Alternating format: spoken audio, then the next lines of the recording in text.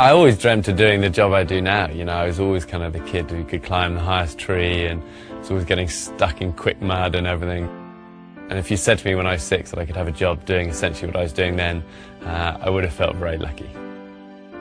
I'd always kind of wanted to join the army, and you know, the SAS was the kind of pinnacle of the military in the UK. So yeah, it was a big dream of mine to try and join the SAS, and you know, it's hard work and it was a real privilege of a time. But I had a canopy rip in two at about 15,000 feet over Africa. As it was getting dark and just came spiraling down very fast. I blacked out and smashed into the desert and broke my back in 3 different places, and spent a year, you know, more than that actually, back in the UK in braces and in military rehabilitation. So it was a kind of difficult, dark time for me, really trying to sort of struggle to regain my strength and my confidence. And Everest for me became the whole focus of my recovery.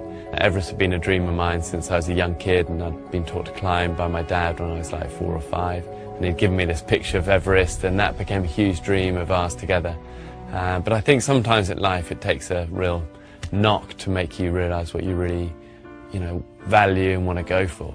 Things that are lasting and really meaningful. And I'm a dad to 3 gorgeous kids, and I've got Shara, who's such a kind of rock in my life, and actually that's the stuff that is lasting, and that's the stuff I'm most proud of. All the kind of achievement-y side of things is that's kind of work, and it's what I've always done, it's what I've always loved, but that's different. Family is kind of good and strong and right up there for me. I've been really lucky in my life to be given a platform, and that's a real privilege, and I want to do something half decent with that. I think so much of the crisis that we're seeing in young people and the way they eat is down to education. And junk food is cheap and it's easy, but it's so dangerous, and it just it leads to so many bad illnesses. It's going to slow your kids up, and you're not giving them the best chance in life. So I'm really trying to drive this message that we've got responsibility as parents to encourage our kids and inspire our kids to eat better, eat more fruit, eat more veg, and Juice Plus can be a big part of that, of helping that lifestyle become easy for them. You've got to be really careful about what you endorse, and I get asked to do lots of things, and I spend a lot of time saying no, but I support Juice Plus, A, because I've used it since I was a teenager, and I've taken it for years on all sorts of adventures. It's one of the things I always kind of throw in the cameraman's kind of backpack.